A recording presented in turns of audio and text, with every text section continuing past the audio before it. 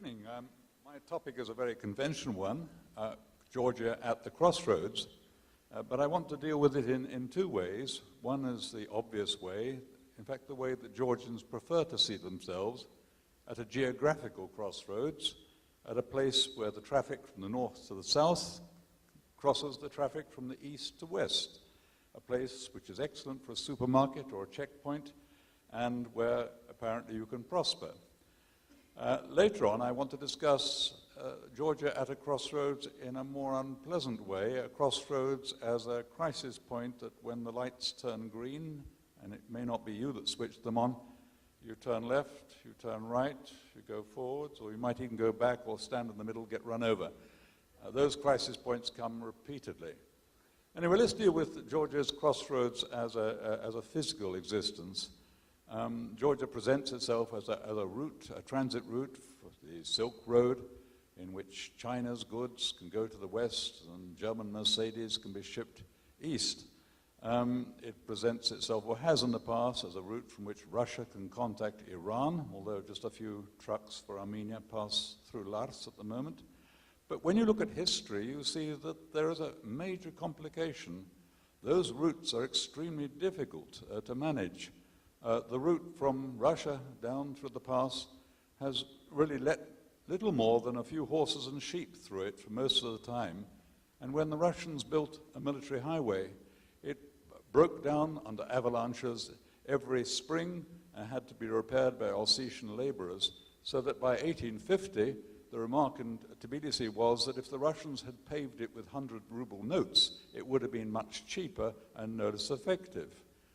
And then you look at the Arab travelers who visited Tbilisi from the 8th century to the 12th century.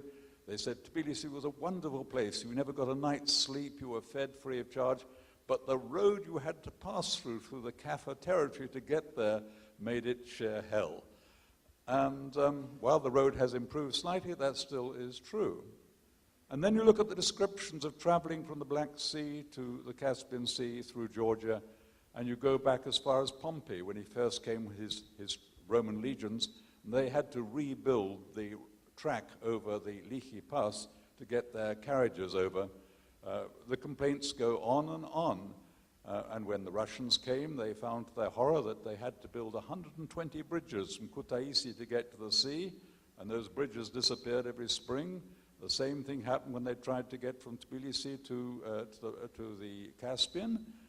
They tried fast rowing boats from Poti all the way up the river to Kutaisi, and then oxen until they got to the Mtkvari. But of course, Georgian rivers are roaring in summer and dry up in autumn.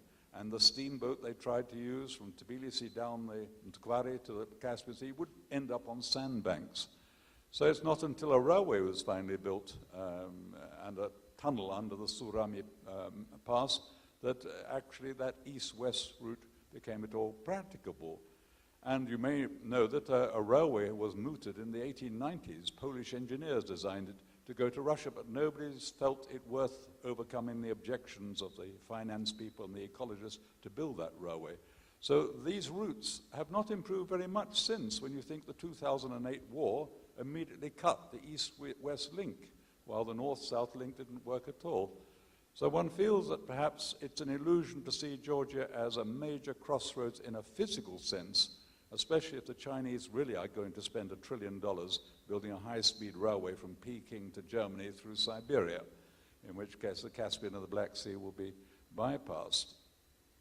Well, that may not be such a bad thing. When one thinks, how well do other crossroads states live?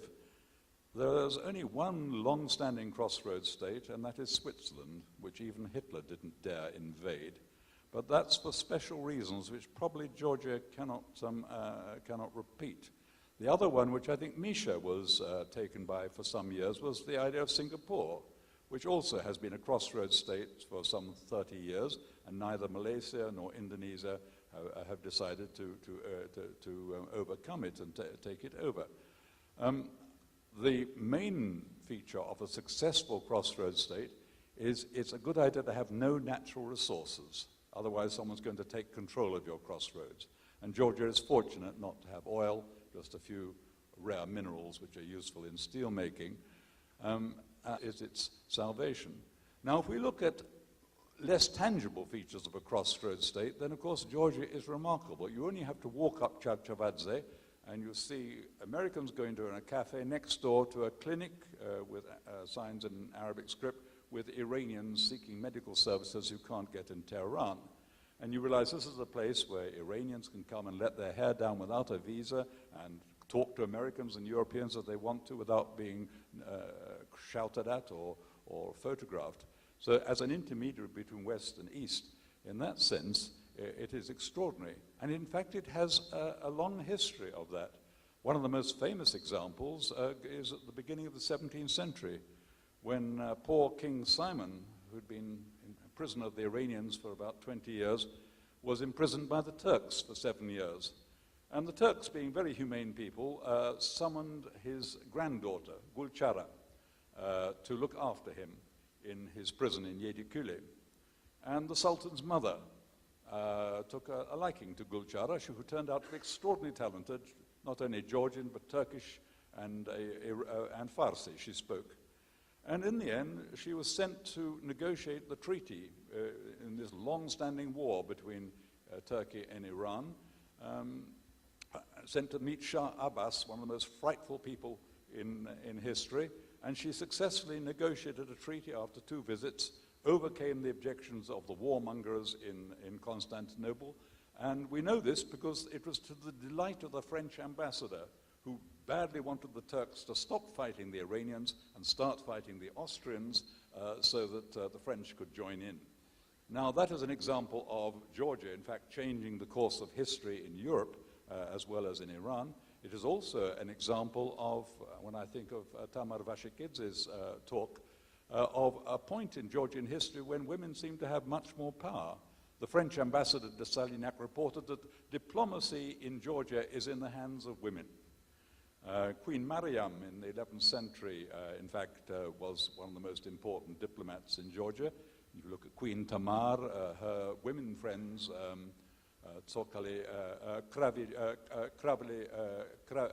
Krava Tsokali, were negotiated with rebels, so it's quite a common feature. So in terms of diplomacy, Georgia has often been an intermediary between East and West. The most famous example, I suppose, being that of Shevardnadze. But the rewards for this are not very great. Gulchara disappears from history. We don't know whether she was strangled or married. She just disappears. Shevardnadze, as you know, the Americans stopped being grateful to him after about a decade, and he lives in splendid isolation.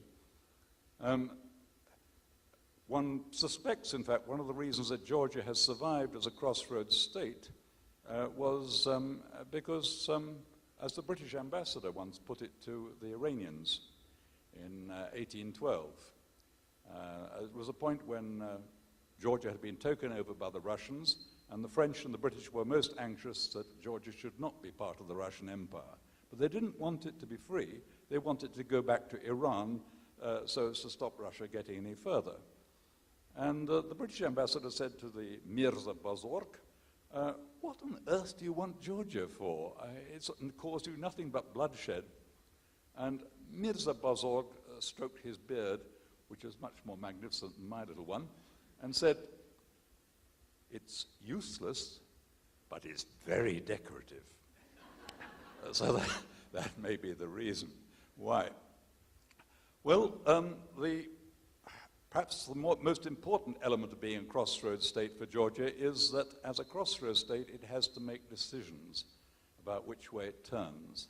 Those decisions are repeated every few hundred years. They go back at least to AD 140, when King Parsman II, or possibly the third, we don't quite know why, decided to abandon Persian protection and travel all the way to Rome, and he was offered the chance of making a sacrifice in the Temple of Bellona. He was treated with great respect, and for a very short time there was a complete change of direction. But these changes of directions always result in a reaction, which forces Georgia back back to the crossroads and to take the other direction. This happens again and again. Very often it happens in the way that Georgians write letters to successive popes. This has happened at least a dozen times, saying all we need is 20,000 armed men, and then we stay with the Christian West, we drive out the Muslim invaders, and we can stand on our own feet. And the invariable response from the popes, extremely sympathetic. Unfortunately, we haven't got 20,000 men at the moment. They've got other major concerns, but I can send you 6 missionaries, and they will help you come through this ordeal, and they'll also teach you some Italian, and some of them are qualified doctors. So not such a bad deal, you may think, and you may think rather similar to the urgent requests a few years ago when a number of NGOs were sent people over, but none of them carried machine guns or anti-aircraft guns. So this is a repeated disappointment, and it leads to crises.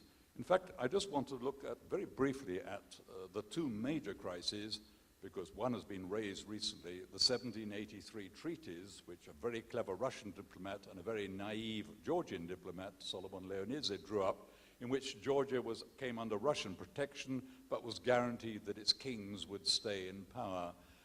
Now, that was signed by King Erekli II only after he had sent an emissary with a letter to the Pope, 1781, another emissary with a letter to the Emperor in Vienna. Both emissaries died mysterious deaths in Istanbul and the Ukraine. He got no reply. He signed the treaty. Fatal. Then we look at the time in which the Red Army took over Georgia, independent Georgia, in 1921. Well, this is usually seen as a brutal invasion of an independent country by a ruthless force. Quite right, quite true. But when you look at the background, first of all, you've got the Georgian general asking General Kvinitaze, why is it I only have 10,000 men to fight the Red Army when I had 150,000 Georgians who fought in the First World War? Where are they? All right, some were dead, some were in Hungarian prison camps, many had decided they'd never fight in the army again, but most had decided they rather welcome some social democrat Russians than fight under some aristocratic Georgian general. And before that had happened, the League of Nations had voted on Georgia's independence, and Georgia only got the 10 votes. You needed 16 to get into the League of Nations, and the only European country of any importance that voted for Georgia was Italy. Not France, not England, not Germany. So that was a decision which I think can be reflected now that some people fear there is a change in orientation. Once you see the patriarch shaking hands with Putin, you begin to wonder how far this change has gone, whether we've got another 1783, as Lavrov suggests, and it may be because the West's promises are not as strong as they would appear. And that leads us to ask, well, perhaps, have the Georgians got any faults? Perhaps one fault is they don't do due diligence on their friends. They do due diligence on their enemies, all right. They're very good at that, going to the enemy camp, spying it out, destroying it, but they trust their friends. Secondly, Georgians have a marvelous language, they have a marvelous gift of rhetoric, and it's very difficult for them to be silent when they have strong feelings. As a result, for instance, calling Putin Lily Putin was not a good idea. When you talk to a canoniere Kurdi, you choose your words.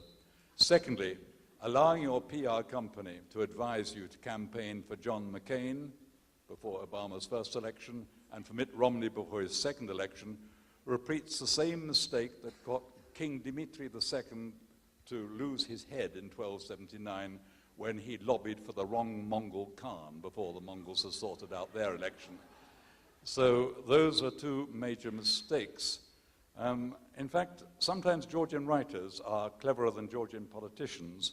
Ota Chiladze, who I was translating, I noted had a very wise remark saying that when it's day in America, it's night here.